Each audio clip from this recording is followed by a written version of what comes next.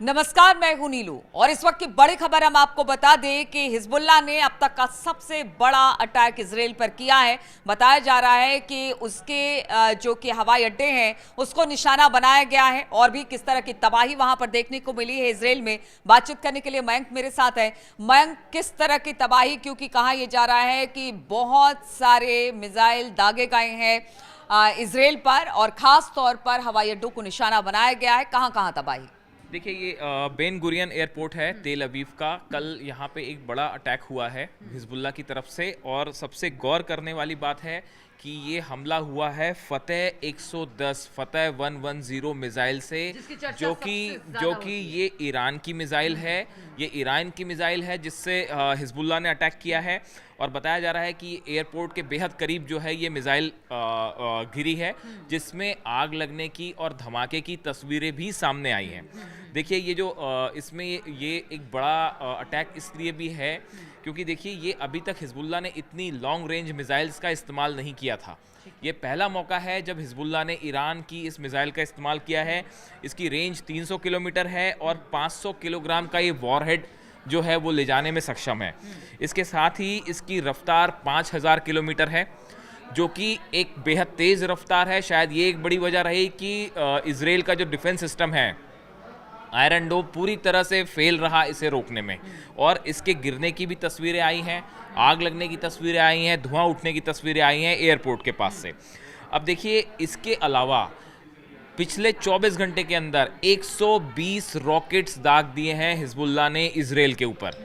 और ये सबसे खास बात यह है कि इस बार हिजबुल्लाह की तरफ से बाकायदा मैप जारी किया गया है कि कहां कहां हमले हुए हैं, और वक्त भी जारी किया गया है कि कितने बजे किस जगह पर निशाना बनाया गया है। देखिए, हम आपको बताएं, पश्चिमी गैलीली का अविविम इलाका है, यहाँ पे बहुत बड़ा धमाका हुआ है और आग लगने की ज़बरदस्त तस्वीरें सामने आई हैं। बड़े पैमाने पर आग लगी है, जिसकी तस्वीरें जो हैं वो मीडिया में, सोशल मीडिया में भी अब सामने आने लगी हैं। वैसे ही शिमोना इलाका है, शिमोना में भी कई रॉकेट्स बरसाए गए हैं। गोल सासा सेटलमेंट है, इसके ऊपर बताया जा रहा है कि बड़ा अटैक हुआ है। राबिया बेस जो है आईडीएफ का, वहाँ पे बताया जा रहा है कि उसके ऊपर बाकायदा रॉकेट टारगेट करके अटैक किया गया, और जैसा हिजबुल्लाह दावा कर रहा है कि यहाँ पे कई सैनिकों की मौत भी हो गई है। ऐसा हिजबुल्लाह का दावा है, हकीकत क्या है वो अभी बाद में पता चलेगी। हालांकि इजराइल ने इसको फिलहाल डिनाई किया है। ऐसी मेतुला में मरकावा टैंक को निशाना बनाया गया है। हिजबुल्लाह ने अपने एंटी टैंक मिसाइल से और रॉकेट्स के जरिए, देखिए, लगातार जो है वो मरकावा टैंक्स पे अटैक किया जा रहा है। तो बताया जा रहा है कि ये एक रॉकेट के जरिए मेतुला में जो है मरकावा टैंक पे हमला किया गया है। वैसे ही तेल अवीव में भी कई जगहों पे धुआं उठने की तस्वीरें, आग लगने की तस्वीरें जो हैं वो सामने आ रही हैं। और ऐसा भी बताया जा रहा है कि स्टेला नेवल बेस है इजराइल का, जहाँ पे नेवल फोर्सेस रहती हैं, यहाँ पे भी अटैक किया है हिजबुल्लाह ने, और इसकी जानकारी भी हिजबुल्लाह ने जारी की है बाकायदा कि हमने इतने बजे जो है वो हमला किया। तो देखिए, अब तक ये हो रहा था कि हिजबुल्लाह की तरफ से जो अटैक हो रहे थे इजराइल इनको डिनाई कर रहा था।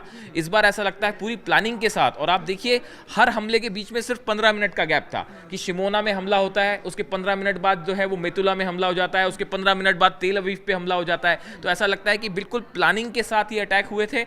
कहां पे अटैक हुए उसके मैप भी जारी किए गए ताकि सबूत दिए जा सके कि हाँ, हमने हमला किया है। हाँ, लेकिन एक बात मयंक जरा ये बताइए, चूंकि हिजबुल्लाह लगातार बड़े अटैकिंग मूड पर दिखाई दे रहा है, इजराइल में लगातार अटैक कर रहा है, ऐसे में वो कुछ खास ठिकानों को टारगेट कर रहा है। इसमें कई ऐसे शहर हैं जिस पर लगातार उसकी तरफ से हमले हो रहे हैं। तो क्या अब एक स्ट्रेटेजी के तहत, एक प्लान के तहत कि कौन से ठिकाने हैं, कहां पर किसको टारगेट करना है, वो पूरी तरह से अब उनके दिमाग में है और उसी को लेकर बार बार इस तरह के जो आप बात कह रहे हो, हिजबुल्लाह की तरफ से तो एक बाकायदा मैप जारी कर दिया गया, और कुछ वीडियोस भी जारी किए गए हैं इजरायली बेसिस के, इजरायली सेना के ठिकानों के, और ये बताया गया है कि आपका हर ठिकाने की जानकारी है हमको, कहाँ पे आपकी फोर्सेस हैं, कहाँ पे आपके हथियार हैं, कहाँ पे आपके टैंक्स हैं। ये खुद वीडियो जारी किए गए हैं हिजबुल्लाह की तरफ से। यानी जो बात कही जा रही थी कि हिजबुल्लाह ने रेकी की इजराइल में घुसकर, वो कहीं ना कहीं वो बात जो है वो सच साबित हो रही है। बिल्कुल। और उसके बाद ये जिस लेवल का हमला पिछले 24 घंटे के अंदर हुआ लगातार बीती रात को, एक के बाद एक, ये वाकई बहुत बड़ा अटैक है। और इसके बाद अब इजराइल का क्या कदम होता है इस पे नजर रखने की जरूरत है। ट्रंप कि जीत के बाद एक प्रकार का मैसेज देने की कोशिश की गई है हिजबुल्लाह की तरफ से। और नईम कासिम ने यह भी साफ कर दिया, ऐसा बताया जा रहा है जो नए चीफ हैं हिजबुल्लाह के, कि हिजबुल्लाह किसी भी कीमत पर सरेंडर नहीं करेगा और ना ही वो सीज फायर की भीख मांगेगा।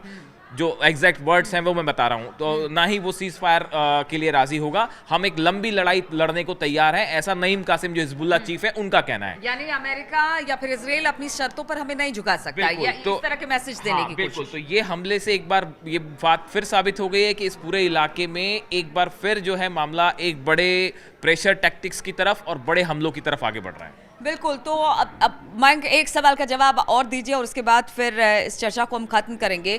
चूंकि हिजबुल्लाह अब अटैकिंग मोड पर है, जिस तरह से ट्रंप जीत कर आए और ये कहा गया कि शायद अब इसके बाद यहाँ से इजराइल को फ्री हैंड मिल जाएगा, इस तरह की बातें मतलब लगातार सुर्खियों में रही, चर्चाओं में रही। हालांकि ट्रंप की तरफ से इस तरह के संकेत नहीं दिए गए, तो क्या अब एक तरह से मैसेज देने की कोशिश अब पूरी तरीके से हो गई कि देखिए अब भी हमला कर रहे हैं और अगर हमारे ऊपर अगर दुगनी ताकत के साथ हमला किया जाएगा तो उस वक्त भी हम नहीं रुकेंगे? देखिए ये बिल्कुल साफ मैसेज है ट्रंप के बाद। जैसा बताया जा रहा था कि इलेक्शन के बाद कुछ हो सकता है बड़ा, तो ऐसा लगता है मान लीजिए इलेक्शन के रिजल्ट्स आने का इंतजार था और ट्रंप आए हैं। उसके बाद अब ये बात साफ है कि इस पूरे इलाके को लेकर ट्रंप गवर्नमेंट जो है वो ट्रंप एडमिनिस्ट्रेशन अपनी तरफ से कुछ नई प्लानिंग करेगा, नई नीतियां अपनाएगा। तो उसको लेके ये कि प्रेशर टैक्टिक्स शुरू हो गई है और ये हमलों से ये साफ मैसेज दे दिया गया है कि फिलहाल सीज फायर वाली बात तो कहीं दूर दूर तक नहीं है। तो सीज फायर वाली बात दूर दूर तक दिखाई नहीं दे रही है और कोशिश हिजबुल्लाह की तरफ से यही है कि अटैकिंग मोड पर रहा जाए। और जिस तरह की खबरें पीछे आई कि ट्रंप का जीतना, इजराइल को फ्री हैंड मिलना, उस पर लगता है कि अब हिजबुल्लाह टिका हुआ है और उसका यही मानना है कि अगर हमले इजराइल की तरफ से आगे होते हैं तो फिर हम भी उसका कड़ा जवाब देंगे। चलिए, लगातार हमारी चर्चा जारी रहेगी, इस खबर पर लगातार हमारी नजर बनी रहेगी। आप बने रहिए हमारे साथ।